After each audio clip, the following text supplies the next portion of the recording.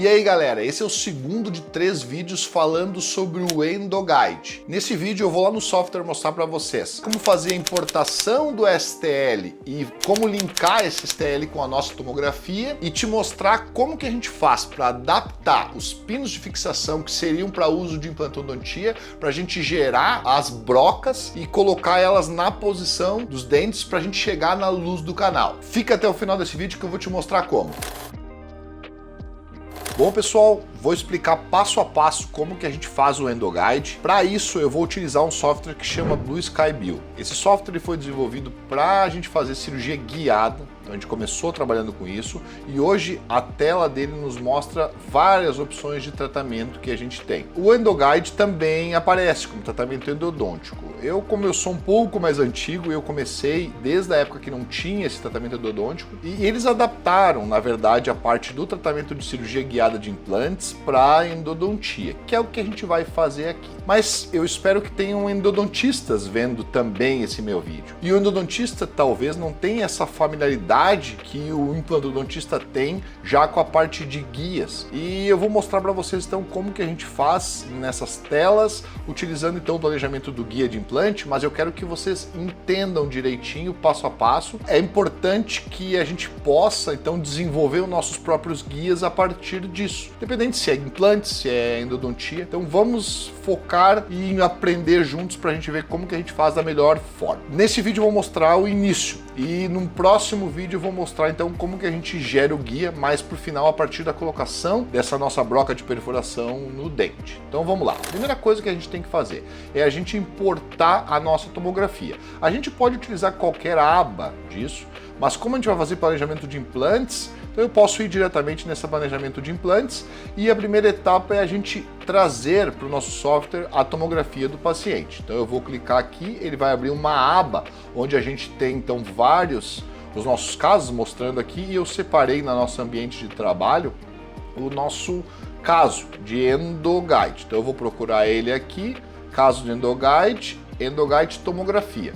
A gente dá um OK e a tomografia vai ser importada para dentro do nosso software. A gente vai mostrar ele aqui e damos o OK. E o software vai abrir a tomografia para a gente avaliar, enfim, alinhar os conjuntos dos dados, damos OK e ele nos mostra então a tomografia do paciente que a gente vai trabalhar. Esse caso é um caso onde a gente tem um EndoGuide, a gente vai fazer um EndoGuide para os 2 incisivos inferiores. É um caso difícil porque a gente tem muito pouco espaço para a gente trabalhar.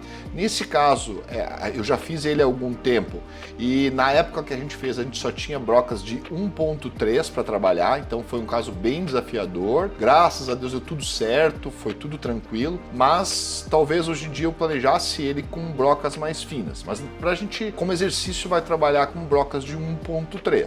Então, a próxima etapa é o que? É a gente importar o arquivo STL do paciente. Logo que a gente traz a tomo, o software mostra essa janela onde a gente pode aqui diretamente clicar e importar o STL do paciente. Vamos aqui no caso novamente, damos o OK e importamos esse STL. Como o caso a gente tem uma tomografia com todos os dentes, o software automaticamente ele consegue linkar. Se isso não acontece de modo automático, a gente pode trazer isso de forma manual, por pontos ou por várias etapas. A gente pode alinhar do modo manual, por pontos ou de outras formas. Ele inicialmente nos pergunta se é de mandíbula ou maxila, eu dou OK, ele faz o alinhamento automático. Mesmo assim, o software, para que a gente não erre, é um software que é anti-erros, então ele nos avisa, certifique-se então que o modelo está da forma adequada, está alinhado corretamente. Damos o OK e a gente visualiza. Toda vez que a gente quer aumentar a visualização, a gente vai nessas flechinhas em cima, aumenta essa visualização e a gente consegue ver então que esse STL está bem certinho, né? Se a gente tiver alguma dúvida, a gente pode abrir essa aba aqui em cima e ir rodando com o meu screw e a gente vê então que esse verdinho, que seria a malha do nosso STL, está bem certinho ao redor dos nossos dentes aqui. Então vamos rodando, a gente consegue visualizar. Então isso acontece normalmente quando tem muitas referências para a nossa tomografia alinhar com o nosso STL. A próxima etapa é a gente gerar a broca que vai ser utilizada para a gente fazer as perfurações para abrir os canais e chegar na luz do nosso canal. E a gente vai utilizar os pinos de fixação dos guias para ser referência, para a gente poder trabalhar. A gente pode modificar dependendo do tipo de broca que a gente vai utilizar. Então, no nosso caso, a gente vai usar uma broca de 1.3 e as anilhas específicas para o caso. Então, o que a gente precisa saber para isso? A gente precisa saber qual a espessura da nossa broca, que ela é 1.3. A gente precisa saber o comprimento da nossa broca. Neste caso, a gente tem uma broca de 18 milímetros de área de trabalho, o comprimento dela de trabalho. E a gente precisa saber a dimensão e o comprimento da nossa anilha, a dimensão externa da nossa anilha, porque a gente vai desenhar o guia um pouquinho, ou 0,1 ou 0,2 milímetros mais largo do que a medida externa. E como que a gente vai saber isso? A gente vai lá, se o nosso fabricante não disponibiliza esse dado, a gente pega um paquímetro e mede por fora a nossa anilha e mede o comprimento dela. Então, normalmente esses pinos de fixação, esse que a gente vai utilizar, ele tem externamente 2,5 milímetros. Lembrando, essa broca tem 1,3 milímetros de espessura e ela vai passar por dentro dessa anilha, que na sua parte externa tem 2,5 milímetros. A gente precisa ter então esses 2,5 milímetros e um pouquinho mais no nosso guia, no nosso desenho, para que a gente possa encaixar essa anilha e colar e fixar ela no nosso guia. E esse comprimento ele tem na anilha original 7 milímetros, mas a gente pode diminuir um pouquinho o comprimento dele. A gente pode cortar então essa anilha para que ela tenha lá 4, 3, 5 milímetros, quanto que for interessante, para que a nossa broca vá mais profunda no nosso dente e a gente chegue da luz do canal sem a gente ter nenhuma dificuldade. Então, como que a gente vai fazer isso? A gente vai na aba de colocação de implantes, que seria, na verdade, colocação do nossa broca. A gente vai utilizar a colocação de implantes. Se a gente não achar essa colocação de implantes aqui, é porque a gente está numa aba errada aqui em cima. Então, a gente clica em configurações avançadas e ele vai nos abrir essa abinha aqui em cima de colocação de implantes, que é um implante mais. Clicamos em mais e ele vai nos abrir a aba de colocação de implantes, onde a gente pode escolher a marca, enfim. Mas onde a gente vai trabalhar aqui? Em software do tubo de guia e em pilar. Então a primeira coisa que a gente vai escolher é a espessura, nossa broca, que é aquela que a gente vai trabalhar, e o espaço para a gente colocar a nossa anilha. A gente precisa personalizar então esse pilar. Ele vai abrir então essas medidas. Então, que medidas são essas? A primeira medida que a gente vai utilizar é a espessura. Então a gente vai colocar 1,3 milímetros. No nosso lado direito aqui ele vai nos mostrar isso aí,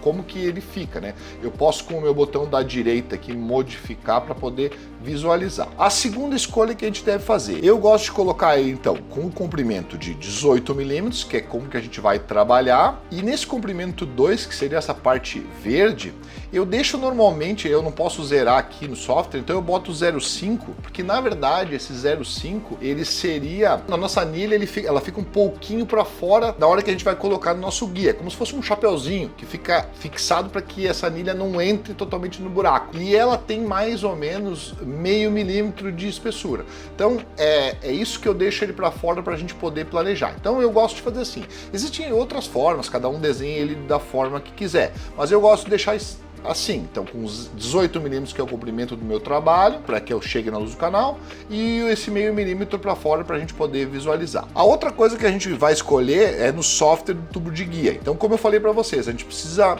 desenhar o espaço para que a gente colhe a anilha no nosso guia. Então, que medidas que a gente vai colocar aqui? A gente tem ali então 0,15 de espaço para que essa anilha entre adequadamente.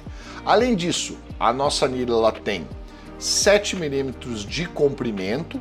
Inicialmente eu vou colocar o comprimento normal, porque se eu não tiver que cortar a minha anilha é mais interessante, é mais fácil. E se na hora que eu for planejar o meu EndoGuide eu ver que ele não vai chegar na luz, eu posso modificar lá na aba que vai me aparecer no meu planejamento. E aqui o desvio eu vou colocar ele como 0 de desvio. Ok? Então, gravem essas medidas. Toda vez que vocês forem trabalhar no EndoGuide, vocês podem colocar essas medidas e utilizar sempre assim, que daí a gente pode trabalhar para todos os casos que a gente for usar uma broca de 1.3. Damos o ok. Depois que a gente faz essas configurações com o comprimento do nossa broca, ele vai na pontinha do meu mouse aqui aparecer onde que a gente quer colocar a nossa broca. Nesse caso, a gente vai trabalhar nos dentes 41 e 42, que são dentes que têm lesão e que já tem um estreitamento da luz do nosso canal. Então eu vou nesses dentes aqui, eu posso girar com o meu screw e chegar na região desses dois dentes aqui. Inicialmente vamos no 42. Então eu girei aqui o meu screw, a gente consegue visualizar as linhas que vão aparecer aqui. Vou aumentar de tamanho para facilitar, vou clicar com o botão da direita nesse maisinho na região onde eu quero que a broca fique. Cliquei aqui e vou movimentar ela para que ela chegue então na luz do nosso canal. Vou subir um pouquinho mais. Vocês têm que entender que essa parte vermelha são os meus 18 milímetros para trabalhar. Mas quando a gente vai querer colocar essa broca dentro do canal, a gente precisa descontar o tamanho da nossa anilha, que é por onde a nossa broca vai passar. Então eu vou deixar aqui no aba da direita clicado a nossa anilha que está aparecendo. O que a gente tem que entender aqui visualizando? Aqui é o nosso dente, essa nossa anilha ela faz parte do nosso guia, então ele bate nessa região aqui do dente, onde a gente tem que entrar. Então o que eu preciso fazer? Essa parte douradinha aqui que é da anilha tem que ficar para fora do dente e a broca que vai ficar para dentro do meu dente. Então eu vou aqui, ó, colocar ele na posição e vou deixar essa minha broca para fora. Ó. Então aqui a gente visualiza que a luz do canal está mais ou menos aqui.